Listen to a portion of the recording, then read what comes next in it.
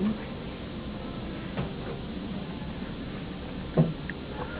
is my special occasion speech, and today I want to speak about a woman who was the most important to me in my life, who had the biggest effect on my life, and is still affecting me to today. Her name is Linda Marie O'Reilly. She's my mom, and she passed away from complications from MS on May 21st, 2010. The reason I want to give this eulogy today was because when she did pass away, I was unable to give a eulogy in Massachusetts for some reason. So today, Mom, this is for you.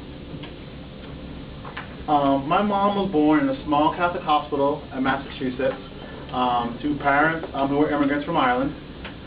She was raised Irish Catholic, went to Catholic school her whole life, and was basically believed in the principles of giving more than you get back from everybody else. My mom was always there for me my whole life, particularly when I was a child. I was born quite ill in 1977. I was born. We spent 4 months at Massachusetts General Hospital during the blizzard of '78. She used to tell a story about the blizzard got so bad at one point that they couldn't get food into the hospital. So she basically decided on candy bars out of the machine until it ran out of candy bars. And then she pretty much ate up crackers and whatever else you get from the nurses and the things like that. She didn't want to leave me. You know, a lot of moms let the babies in the NICU and they died. She just said, "I'm not going to be here. I'm going to hold you for that last breath."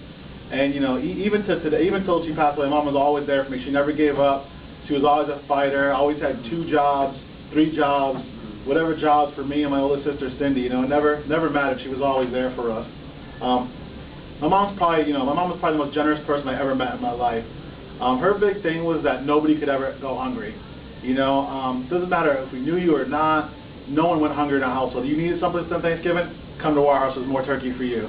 You're hungry in the afternoon? Oh, I see you outside playing. Your mom doesn't come home until 7 o'clock from school. Let me come feed you every night, you know.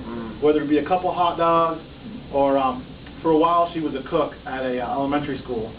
So she would bring home the leftovers. We'd have like 3 or 4 people come from the neighborhood. Kids come over, homeless people.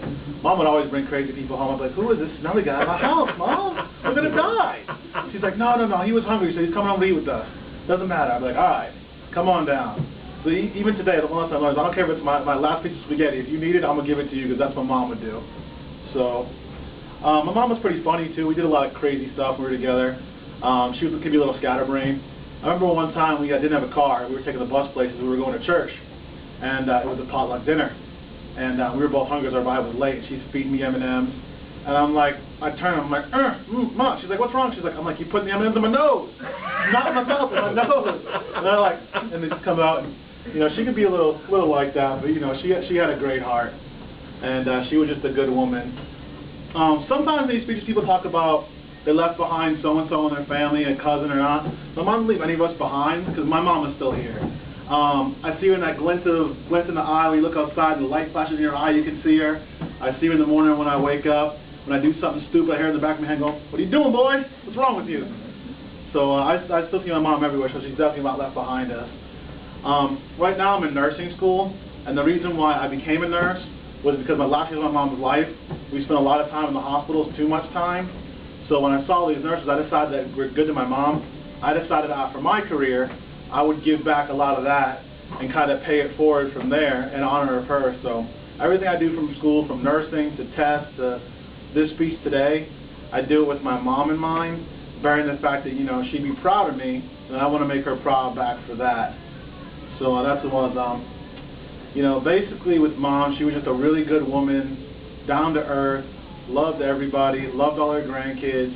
You know, my sister had some kids that were adopted from their marriage. She always treated everybody the same.